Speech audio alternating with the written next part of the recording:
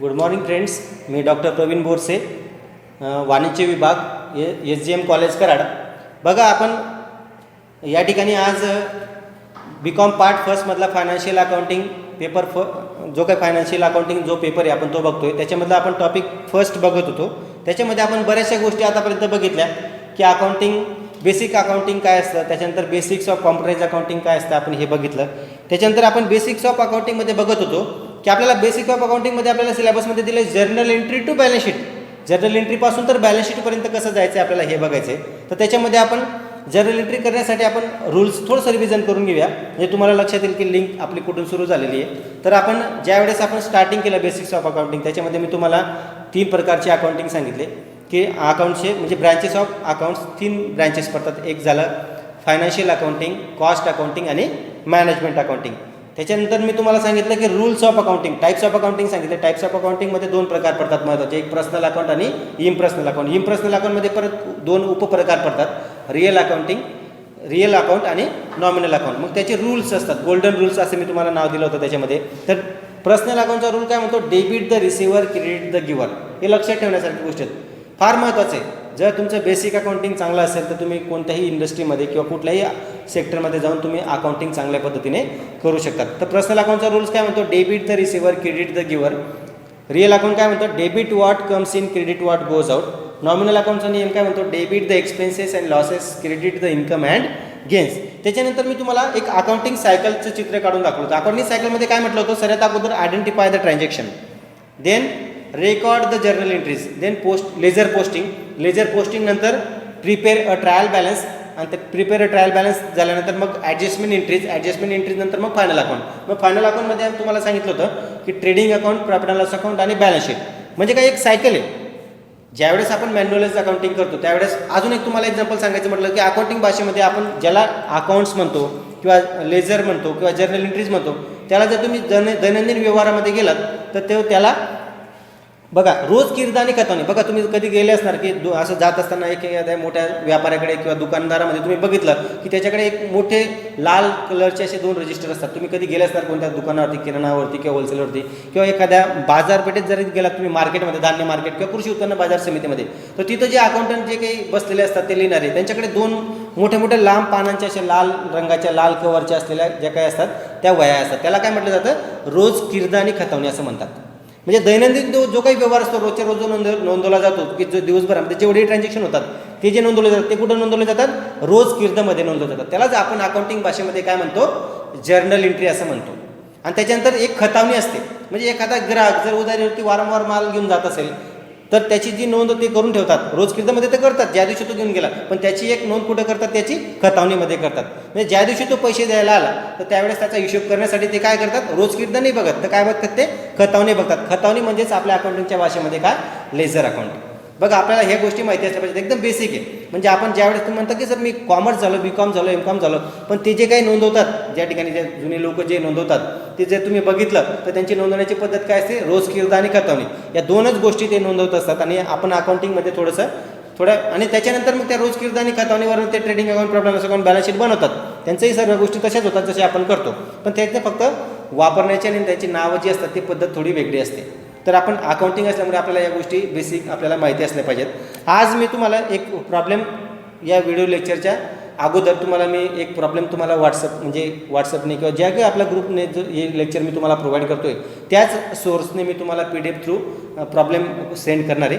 आणि तो प्रॉब्लेम तुम्ही वाचा, त्याच्यानंतर आपण त्याला सॉल्व्ह करणार आहोत. ठीक आहे, म्हणजे प्रॉब्लेम तुमच्या समोर आहे, मी असं गृहीत धरतो, आणि त्याचं उत्तर कसं सॉल्व्ह करता येईल आपण ते बघूया. कारण की एवढा प्रॉब्लेम तुम्हाला समोर ब्लॅकबोर्डवरती लिहून देणं आणि त्याचं उत्तर एक्सप्लेन करणं मला शक्य नाही आहे. त्याच्यामुळे प्रॉब्लेम तुमच्याकडे ऑलरेडी आहे असं आपण गृहीत धरूया आणि आपण त्या उत्तराला सॉल्व्ह करायला सुरुवात करूया. ठीक आहे, मी प्रॉब्लेम वाचून दाखवतो तुम्हाला, कारण की तुम्हाला ते कळायला पाहिजे. Following is the trial balance of Mr. XYZ for the year ended 31st March 2012. Prepare the trading and profit and loss account for the year ended 31st March 2012 and the balance sheet as on that date. म्हणजे XYZ लिमिटेडची तुम्हाला 31 March 2012ची information दिलेली आहे, त्याच्यावरून तुम्हाला trading account, profit and loss account आणि balance sheet तयार करायचे. ठीक आहे, मग काय इन्फॉर्मेशन दिलेली आहे तुम्हाला मी फक्त नाव वाचून दाखवते. अमाऊंट नंतर ज्यावेळेस आपण नोंद करू त्यावेळेस बघूया. ओपनिंग स्टॉक दिलेला आहे, ड्रॉइंग्स दिलेली आहे, purchase, return inward, investment, carriage inward, import duty, wages, power charges, salaries, printing and stationery, postage, plant and machinery, furniture, cash at bank, land and building, cash in hand, capital, return outward, sales, discount received, interest received, creditors. एवढे तुम्हाला काय दिलेले आहेत information दिली आणि खाली adjustment दिलेली. त्या ॲडजस्टमेंटमध्ये म्हटलं आहे accounts closing stock on 31 March 2012 is valued at ₹65,000. म्हणजे क्लोजिंग स्टॉकची व्हॅल्यू तुम्हाला ॲडजस्टमेंटमध्ये दिलेली आहे. मी तुम्हाला अगोदरच सांगितलं मागच्या लेक्चरमध्ये की कोणतीही ॲडजस्टमेंट जर तुम्हाला दिलेली असेल तर त्याच्या ॲडजस्टमेंटचे काय होणार आहेत, 2 इफेक्ट येणार आहेत. एक इफेक्ट कुठे येणार आहे, ट्रेडिंग आणि प्रॉफिट अँड लॉस अकाउंटमध्ये कुठलं तरी एकाला येणार आणि दुसरा इफेक्ट हा बॅलन्स शीटला असणार आहे. आता याच्यावरून आपल्याला काय तयार करायला सांगितले, ट्रेडिंग अकाउंट आणि प्रॉफिट अँड लॉस अकाउंट. मग काय करून घेणार आपण, फॉर्मॅट तयार करून घेणार ट्रेडिंग अकाउंटचा. ठीक आहे. मग काय, in the books of XYZ limited trading account for the year ended 31 March 2012. जे काही डेट त्या ठिकाणी इयर एंडिंगचे दिलेले असेल टी फॉर्म ही शेपमध्ये आपल्याला काय करायचं आहे, profit and loss trading account. बघा एकत्र सुद्धा करू शकतो आपण, ट्रेडिंग अकाउंट आणि प्रॉफिट अँड लॉस अकाउंट एकत्र सुद्धा करू शकतो. म्हणजे आफ्टर ट्रेडिंग अकाउंट त्याला नाव द्यायचं येईल मग आपल्याला trading account in the books of XYZ trading account and profit and loss account असं सुद्धा एकत्र असतो काही पुस्तकांमध्ये. पण आपण बेसिक शिकतोय म्हणून ट्रेडिंग अकाउंट सेपरेट तयार करूया आणि profit and loss account separate करूया. ठीक आहे. मग ट्रेडिंग अकाउंटची ही काय असते, ही डेबिट साईड आहे आणि ही काय क्रेडिट साईड आहे. कॉलमची नावं काय असणार आहेत, सेम जसं मी तुम्हाला मागच्या लेक्चरला सांगितलं. पर्टिक्युलर्स अमाऊंट किंवा रुपीज, पर्टिक्युलर्स रुपीज किंवा त्याला आपण अमाऊंटचं असेही म्हणू शकतो. तर ठीक आहे. तर मी तुम्हाला सांगितलं ओपनिंग स्टॉक दिलेला आहे आपल्याला. ओपनिंग स्टॉक किती दिला आहे, 35,000. तर तो कुठं लिहिणार आपण, टू ओपनिंग स्टॉक ट्रेडिंग अकाउंटच्या डेबिट साईडला 35,000. जो कंटेंट झाला बघा, जे तुम्हाला मी फाईल सेंड केलेली त्या फाईल तुम्ही अगोदर नोटबुकमध्ये उतरून घ्या आणि त्याच्यानंतर मी जो कंटेंट या ठिकाणी ट्रेडिंग अकाउंटला ट्रान्सफर केलेला आहे त्याच्यासमोर पेन्सिलने टिक मार्क करा. म्हणजे त्याची नोंद झालेली आहे की परत त्याची नोंद आपल्याला कुठं प्रॉफिट अँड लॉस अकाउंट किंवा जे काही ट्रायल बॅलन्सला जो काही कंटेंट असतो त्याची नोंद फक्त एकाच ठिकाणी होणार. एक तर ट्रेडिंग अकाउंटला होणार, एक तर प्रॉफिट अँड लॉस अकाउंटला होणार, एक तर बॅलन्स शीटला होणार. 2 ठिकाणी होणार नाही. म्हणून एकदा त्याची नोंद झाली तर त्याला टिक मार्क करून ठेवा. म्हणजे तुम्हाला समजेल की त्याची नोंद ऑलरेडी झालेली, त्याची नोंद आपल्याला परत करण्याची आवश्यकता नाही. त्याच्यानंतर मग परचेस दिलेलं आहे. पुढचा कंटेंट काय, परचेस किती दिलेलं होतं, 1,10,000. त्याच्यानंतर रिटर्न आउटवर्ड आपल्याला प्रॉब्लेममध्ये दिलेला आहे. बघा रिटर्न आउटवर्ड दिला आहे की नाही, खालून 5 नंबर रिटर्न आउटवर्ड. किती रिटर्न आउटवर्ड, 5,000 आणि परचेस किती दिली आहे, 1,10,000. त्याची नोंद कशी करणार आपण, to purchases 1,10,000 less purchase return किंवा त्याला काय म्हणतो आपण रिटर्न आउटवर्ड. ठीक आहे. किती रिटर्न आउटवर्ड, 5,000. तर आउटर कॉलमला किती लिहिणार, 1,05,000. हे झाली परचेस आणि परचेस रिटर्नची नोंद. ठीक आहे. त्याच्यानंतर सेल्स किती दिलं आहे प्रॉब्लेममध्ये आपल्याला, सेल्स बघा खालून 4 नंबर 2,70,000 आणि सेल्स रिटर्न किती दिलेलं आहे आपल्याला, रिटर्न इनवर्ड 8,000. त्याची नोंद कशी करणार आपण, ट्रेडिंग अकाउंटच्या कुठं करणार, क्रेडिट साईडला बाय सेल्स. सेल्सची अमाऊंट किती आहे, 2,70,000 लेस रिटर्न इनवर्ड किंवा सेल्स रिटर्न 8,000. आउटर कॉलमला 2,62,000. बघा परचेसचा बॅलन्स डेबिट असतो, रिटर्न आउटवर्डचा बॅलन्स क्रेडिट असतो. म्हणून तो आपण क्रेडिट साईडला न नोंदवता आपण परचेसमधून त्याला लेस करतो. सेल्सचा बॅलन्स क्रेडिट असतो पण सेल्स रिटर्न किंवा रिटर्न इनवर्डचा बॅलन्स हा डेबिट असतो म्हणून तो सेल्समधून आपण लेस करतो. ठीक आहे. इथपर्यंत झालं. त्याच्यानंतर आपल्याला जे काही डायरेक्ट एक्सपेन्सेस दिलेले असतील, जे काही ट्रेडिंग अकाउंटशी रिलेटेड असतील, तर ट्रेडिंग अकाउंटशी रिलेटेड कुठले एक्सपेन्सेस आहे, carriage inward, to carriage inward. मी तुम्हाला मागच्या लेक्चरला सांगितलं की कॅरेज इनवर्ड म्हणजे काय, परचेसवरती लागलेला ट्रान्सपोर्ट चार्जेस आणि कॅरेज आउटवर्ड म्हणजे काय, जो काही तुम्ही माल सेल्स करता त्याच्यावरती लागलेला ट्रान्सपोर्ट चार्जेस म्हणजे कॅरेज आउटवर्ड. तर कॅरेज आउटवर्ड हे प्रॉफिट अँड लॉस अकाउंटच्या डेबिट साईडला येणार आणि कॅरेज इनवर्ड हे ट्रेडिंग अकाउंटच्या डेबिट साईडला येईल. अजून काय दिलेलं आहे, कॅरेज इनवर्ड किती दिलेलं आहे, त्याची अमाऊंट 4,700. नोंदून घ्यायची आणि जो कंटेंट ट्रान्सफर झाला त्याच्यासमोर काय करायचे आपल्याला टिक मार्क करायची. त्याच्यानंतर अजून डायरेक्ट एक्सपेन्सेसचा पार्ट कुठला आहे, म्हणजे जो काही ट्रेडिंग अकाउंटच्या डेबिट साईडला जो खर्च येतो त्याला म्हटलं जातं डायरेक्ट एक्सपेन्सेस. ते डायरेक्ट एक्सपेन्सेस कुठले कुठले प्रॉब्लेममध्ये ते शोधायचे. कॅरेज इनवर्ट झाला, त्याच्यानंतर इम्पोर्ट ड्युटी 2500, इम्पोर्ट ड्युटी 2500 हा सुद्धा काय डायरेक्ट एक्सपेन्सेस आहे, तो ट्रेडिंग अकाउंटच्या डेबिट साईडला आहे. त्याच्यानंतर पुढचा कोणता खर्च आहे, वेजेस, पॉवर चार्जेस, हे सुद्धा डायरेक्ट एक्सपेन्सेस आहेत. Wages to power charges, wages किती आहे वेजेस आहे 32,400 आणि पॉवरचे एक्सपेन्सेस दिलेले आहेत 4,800. बस एवढंच ट्रेडिंग अकाउंटला एवढंच कंटेंट येणार. आता काय करायचं आपल्याला, ट्रेडिंग अकाउंट क्लोज करायचं आहे. मग कोणत्या साईडची टोटल जास्त येणार, आता काय झालं आपल्याला बघा, ट्रेडिंग अकाउंट एवढं झालं. आता फक्त हे झाले ट्रायल बॅलन्सचे कंटेंट ट्रान्सफर झाले, पण ॲडजस्टमेंट एक दिलेली आहे बघा, closing stock on 31 March 2012 of valued at ₹65,000. Closing stock किती दिलेला आहे 65,000. ॲडजस्टमेंटचे दोन इफेक्ट येतील. एक तर ही क्लोजिंग स्टॉकची ॲडजस्टमेंट असल्यामुळे याचं ट्रेडिंग अकाउंटच्या क्रेडिट साईडला एक भेटतील आणि बॅलन्स शीटमध्ये कुठे येणार, करंट ॲसेट्समध्ये ॲसेट साईडला balance शीटला closing stock heat transfer होणार. प्रत्येक ॲडजस्टमेंटचे दोन इफेक्ट द्यायचे. जसं की डेप्रिसिएशनची ॲडजस्टमेंट दिलेली असेल तर ती काय होईल, प्रॉफिट अँड लॉस अकाउंटच्या डेबिट साईडला डेप्रिसिएशन खर्च म्हणून नोंदवला जाईल आणि ॲसेट्समधून काय केला जाईल, मायनस केला जाईल. किंवा मग जर एखादा एक्सपेन्सेसची प्रोव्हिजनची एंट्री एक्सपेन्सेसची पेड करायचा बाकी असा असेल तर ते प्रॉफिट अँड लॉस अकाउंटच्या डेबिट साईडला एक्सपेन्सेसमध्ये ॲड केला जाईल आणि लायबिलिटीज साईडला करंट लायबिलिटीजमध्ये प्रोव्हिजन फॉर एक्सपेन्सेस म्हणून तो नोंदवला जाईल. म्हणजे प्रत्येक ॲडजस्टमेंट कुठली ॲडजस्टमेंट असेल त्या ॲडजस्टमेंटचे दोन इफेक्ट आपल्याला द्यायचे. आता क्लोजिंग स्टॉकची ॲडजस्टमेंट दिलेली आहे बाय क्लोजिंग स्टॉक. किती दिला आहे क्लोजिंग स्टॉक 65,000. आता आपल्याला काय करायचं आहे, ट्रेडिंग अकाउंट क्लोज करायचं आहे. किती टोटल येणार 3,27,000. क्रेडिट साईडची टोटल जास्त येणार. अगोदर टोटल करून बघायची दोघं साईडची, जी जास्त असेल तीच नोंदवायची दोघं साईडला. तुम्हाला अगोदर सांगितलं अकाउंट क्लोज करणं म्हणजे काय, अकाउंट क्लोज करणं म्हणजे काही कुठल्या एका साईडची टोटल मारून घेतली ती दोघं साईडला लिहून घेतली असं नाही. ज्या साईडची टोटल जास्त येत असेल तीच दोघं साईडला लिहायची आणि त्याच्यानंतर ज्या साईडला कमी येत असेल तो डिफरन्स आपल्याला शोधायचा आहे. मग डिफरन्स येणार 1,42,600. किती येणार डिफरन्स 1,42,600. ही काय बॅलन्सिंग फिगर, याला काय नाव देणार, to gross profit carried down. कुठं कॅरेट डाऊन होणार हा, प्रॉफिट अँड लॉस अकाउंटच्या क्रेडिट साईडला. ठीक आहे, इथपर्यंत म्हणजे याला नाव देणार बॅलन्सिंग फिगर, BF म्हणजे काय बॅलन्सिंग फिगर. ठीक आहे. आता हा झाला ट्रेडिंग अकाउंट. समजला असेल तर आपण प्रॉफिट अँड लॉस अकाउंट आणि बॅलन्स शीटकडे जाऊया. अगोदर आपण प्रॉफिट अँड लॉस अकाउंट बघू. ठीक आहे.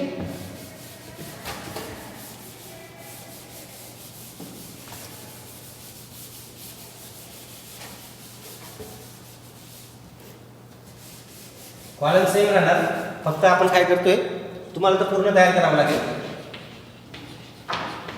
Profit and loss account for the year ended 31 March 2012. कॉलमची नावं सेम राहणार. Particulars amount debit side credit side. त्याच्यानंतर आपल्याला सर्वात अगोदर काय करायचं आहे, जो काही आपण ट्रेडिंग अकाउंट तयार केला त्याच्यातला जो काही ग्रॉस प्रॉफिट निघाला तो काय करायचा आहे, आपल्याला ब्रॉड डाऊन करून घ्यायचा आहे. By gross profit brought down. किती होता ग्रॉस प्रॉफिट 1,42,600. 1,42,600 हा ग्रॉस प्रॉफिट. त्याच्यानंतर मग आता आपण जे काही ट्रेडिंग अकाउंटला कंटेंट ट्रान्सफर झाले, जे काही ट्रेडिंग अकाउंटशी रिलेटेड आहेत ते आपण करून घेतले. आता आपण काय करणार, प्रॉफिट अँड लॉस अकाउंटशी रिलेटेड असलेले कंटेंट आपण त्या ठिकाणी शोधणार. ठीक आहे. त्याच्यानंतर मग बघा कुठला आहे, सॅलरी आहे. बघा सॅलरी किती दिलेली आहे 41,300. टू सॅलरी 41,300 कुठं जाणार, प्रॉफिट अँड लॉस अकाउंटच्या डेबिट साईडला. त्याच्यानंतर टू प्रिंटिंग अँड स्टेशनरी म्हणजे जे काही इनडायरेक्ट एक्सपेन्सेस आहेत ते कुठे येणार, प्रॉफिट अँड लॉस अकाउंटच्या डेबिट साईडला. आणि जे काही इनडायरेक्ट इन्कम आहे ते कुठे येणार, प्रॉफिट अँड लॉस अकाउंटच्या क्रेडिट साईडला. टू प्रिंटिंग अँड स्टेशनरी किती आहेत 5,100.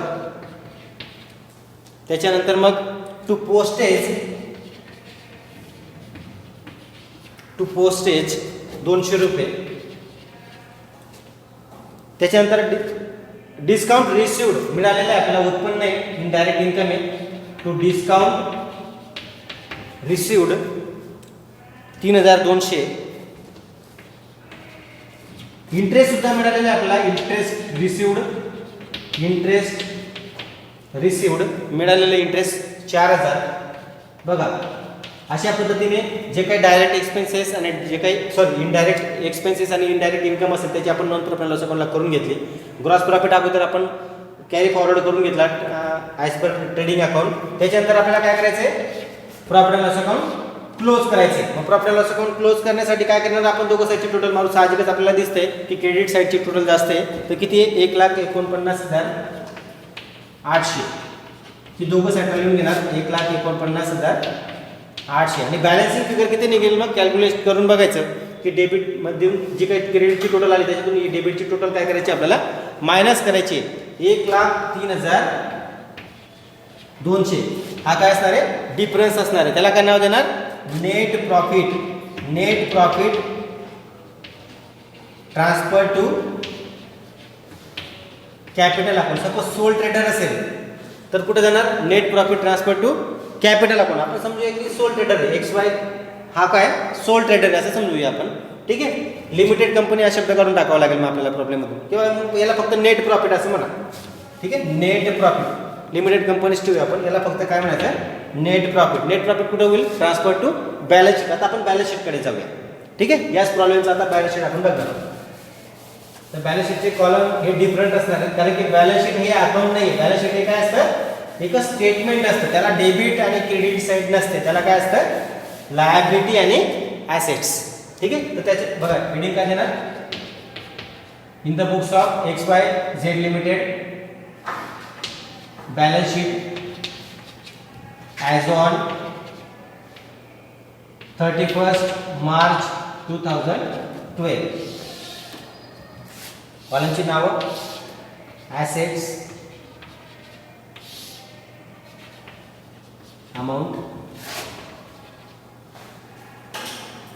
Amount, liabilities. याला डेबिट साईड आणि क्रेडिट साईड नाही म्हटलं जातं, कारण की याला काय म्हणतात, स्टेटमेंट म्हणतात. ठीक आहे, तर मग आता जे काही कंटेंट राहिलेले आहेत, म्हणजे जे काही तुम्हाला मी प्रॉब्लेम जो प्रोव्हाइड केलेला आहे त्याच्यापैकी जे ट्रेडिंग अकाउंटला गेलेत, जे प्रॉफिट लॉस अकाउंटला गेलेत, आणि जे काही आता राहिलेले आहेत ते कशाशी रिलेटेड आहेत, बॅलन्स शीटशी रिलेटेड आहेत. ठीक आहे, तर बॅलन्स शीटमध्ये काय करणार मग, cash in hand, cash at bank. ह्या काय कॅश इन हँड काय आहे, assets. Cash in hand, cash at bank. ठीक आहे, त्याच्यानंतर मग कॅश इन हँड आणि कॅश ॲट बँकचा बॅलन्स किती होता, 7,000, 3,500. हे झाले कॅश आणि बँकेचा बॅलन्स नोंदवला गेला. त्याच्यानंतर काय दिलेलं आहे, इन्व्हेस्टमेंट दिलेली आहे. किती इन्व्हेस्टमेंट, 40,000. इन्व्हेस्टमेंट 40,000. त्याच्यानंतर अजून काय दिलेलं आहे आपल्याला, जो कंटेंट ट्रान्सफर झाला ते टिक मार्क करत जायची. फर्निचर दिलेले आहे आपल्याला ट्रायल बॅलन्समध्ये. फर्निचरचा बॅलन्स किती दिलेला आहे आपल्याला, 28,000. डेबिट बॅलन्स किती दिलेला आहे, फर्निचरचा 28,000.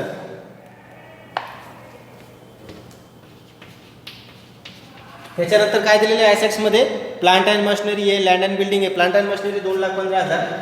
Plant and machinery 2,15,000.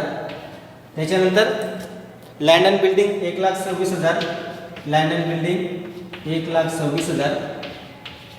सर्व ॲसेट्स नोंदवल्या गेल्या आहेत. अजून एक ॲसेट्स राहिली बघा, पहिले आपण ॲसेट्स नोंदवून घेतल्या, म्हणजे आपल्याला कळायला पाहिजे की आपण ॲसेट साईडला काय काय घेऊ शकतो. कॅश इन हँड घेतली म्हणजे जी काही मालमत्ता आहे ती अगोदर आपण नोंदवून घेऊया. Investment, furniture, plant and machinery, land and building. आता बघा एक ॲडजस्टमेंट दिली होती क्लोजिंग स्टॉकची, ज्याचा आपण इफेक्ट ट्रेडिंग अकाउंटच्या एक क्रेडिट साईडला ट्रान्सफर केला. मी तुम्हाला म्हटलं की कोणत्याही ॲडजस्टमेंटचे 2 इफेक्ट येणार, एक डेबिट येणार आणि एक क्रेडिट येणार. एक क्रेडिट इफेक्ट ऑलरेडी झालेला आपल्याला. डेबिट इफेक्ट म्हणजे काय, ॲसेट्समध्ये ॲड होणार. क्लोजिंग स्टॉक किती होती, क्लोजिंग स्टॉकचा बॅलन्स किती होता, 65,000. तो सुद्धा आपण कुठं लिहून घेणार, ॲसेट साईडला. बघा तुमचं बॅलन्स शीट हे ऑटोमॅटिकली टॅली व्हायला पाहिजे. म्हणजे बॅलन्स शीट टॅली करण्यासाठी तुम्हाला कोणत्याही प्रकारचा बॅलन्स शोधायचा नाही आहे. जेवढी ॲसेट साईडची टोटल असेल तेवढीच टोटल लायबिलिटी साईडची असेल तरच तुमचा प्रॉब्लेम बरोबर आहे. ठीक आहे, जर बॅलन्स मॅच नाही झाला बॅलन्स शीटचा तर तुम्ही सोडवलेला प्रॉब्लेम कुठेतरी चूक झालेली आहे असं गृहीत धरायचं. ठीक आहे, आता लायबिलिटी साईडला कॅपिटल किती दिलेलं आहे, कॅपिटल दिलेलं आहे 3,50,000. कॅपिटल 3,50,000. अजून काय आहे प्रॉब्लेममध्ये क्रेडिटर्स, ज्याची काही नोंद करायची बाकी असेल ते कंटेंट आता शोधायचे आहे. क्रेडिटर्स किती दिलेले आहेत? 27,000, 37,000. त्याच्यानंतर बघा क्रेडिटरच्या अगोदर प्रॉफिट अँड लॉस अकाउंट घ्यायला पाहिजे होता आपण. ठीक आहे, प्रॉफिट अँड लॉस अकाउंटचा जो काही बॅलन्स आहे, प्रॉफिट अँड लॉस अकाउंटचा क्रेडिट बॅलन्स जो आपण profit and loss account calculation करताना शोधला, किती होता? प्रॉफिट अँड लॉस अकाउंट किती निघाला होता? 1,03,000. बघा थोडंसं आपण जागा सोडून घेऊया, थोडं आपण क्रेडिटर्स थोडं ॲडजस्टमेंट, कारण की कॅपिटलमध्ये करायची ॲडजस्टमेंट आहेत त्या. कॅपिटलची अमाऊंट ही इनर कॉलममध्ये लिहा 3,50,000. का ते तुम्हाला मी आता नंतर सांगतो, कारण की प्रॉब्लेममध्ये ड्रॉइंग दिलेलं आहे. दिसतंय का ड्रॉइंग? बघा 2 नंबरला स्टॉक नंतर ड्रॉइंग दिलेलं आहे. ड्रॉइंग म्हणजे काय? आता हे जे एक्झाम्पल आहे हे सोल ट्रेडरचं आहे. ड्रॉइंग म्हणजे काय? त्याने त्याच्या व्यवसायातून वापरलेला पैसा घरगुती कामासाठी, म्हणजे जो काही बिझनेसमॅन असतो तो बिझनेसमॅन जर आपल्या घराचं लाईट बिल आपल्या बिझनेसच्या पैशातून पेड करत असेल, म्हणजे किंवा त्याच्या मुलाची ट्युशन फी जर आपल्या बिझनेसच्या गल्ल्यातून पैसे काढून जर ते ट्युशन फी भरत असेल तर त्याला काय म्हटलं जातं? आपल्या अकाउंटिंगच्या भाषेमध्ये ड्रॉइंग म्हटलं जातं. आणि ते ड्रॉइंग काय केलं जातं? कॅपिटलमधून मायनस केलं जातं. तर ती ड्रॉइंग किती होती? 12,000 लेस ड्रॉइंग 12,000, म्हणजे 3,50,000 मधून 12,000 गेले तर किती राहिले? 3,38,000. आणि त्याच्यामध्ये काय ॲड केलं जाईल मग? ॲड नेट प्रॉफिट, जो काही या वर्षाचा नेट प्रॉफिट आहे किती आहे? 1,03,200. तो ॲड केला जाईल आणि तो ॲड केल्यानंतर त्याला आउटरला लिहावा लागेल आपल्याला 4,41,200. आणि त्याच्यानंतर मग जो काही राहिला शेवटचा कंटेंट क्रेडिटर्स, जो मी आता थोड्या वेळापूर्वी पुसून टाकला होता तो परत लिहिला आपण. क्रेडिटर्स किती होते? 37,000. आता जर आपण लायबिलिटी साईड आणि ॲसेट साईडची टोटल केली तर 4,78,200. दोघं साईडची टोटल यायलाच पाहिजे. तुम्ही मारून टोटल करून बघा कॅल्क्युलेटरवरती. 4,78,200 ही जर बॅलन्स शीटची टोटल तुम्हाला येत नसेल, म्हणजे काय, तुम्ही तो अगोदर प्रॉब्लेम लिहून घ्यायचा. तुम्हाला प्रॉब्लेम समजला असेल तर तुम्ही त्याला स्वतः सोडवण्याचा प्रयत्न करा. Trading account, problem loss account आणि बॅलन्स शीट हे ॲट अ टाईम तयार करायला पाहिजे. आणि त्याच्यानंतर मग एक एक कंटेंट जसा जसा तुम्ही वाचत जाणार प्रॉब्लेममधला तो एक एक कंटेंट त्या ठिकाणी नोंदवत जायचा आहे. मग तो ट्रेडिंग अकाउंटच्या डेबिट साईडला येईल, एक तर प्रॉब्लेम लॉस अकाउंटच्या डेबिट साईडला येईल किंवा बॅलन्स शीटच्या ॲसेट साईडला येईल. आणि जर क्रेडिट बॅलन्स असेल त्या अमाऊंटचा, ठीक आहे, तर तो कुठे येणार? ट्रेडिंग अकाउंटच्या क्रेडिटला किंवा प्रॉफिट अँड लॉस अकाउंटच्या क्रेडिटला किंवा बॅलन्स शीटच्या लायबिलिटी साईडला. असं 1 बाय 1 वाचत जायचं आणि एक एक कंटेंट तो ट्रेडिंग अकाउंटला, प्रॉफिट अँड लॉस अकाउंटला, बॅलन्स शीटला काय करत जायचं आहे? ट्रान्सफर करत जायचं आहे. आणि ते सर्व ट्रान्सफर केल्यानंतर जर त्याच्यावरती काय ॲडजस्टमेंट असेल तर त्याला आपल्याला इनर कॉलममध्ये घ्यायचं आहे अमाऊंट. का? तर त्याचे इफेक्ट आपल्याला मायनस प्लस करून घ्यावा लागेल आणि तो आउटर कॉलम, म्हणजे प्रत्येक ॲडजस्टमेंटचे 2 इफेक्ट. हे जर तुम्ही गोष्टी लक्षात ठेवल्या तर आज आपण जसं की या ठिकाणी आपण बेसिक अकाउंटिंग संपवलेलं आहे, तसं आता आपण बेसिक ऑफ कॉम्प्रेस अकाउंटिंग आपण तुम्हाला मी नंतर पुढच्या लेक्चरला सांगणार आहे. थँक्यू.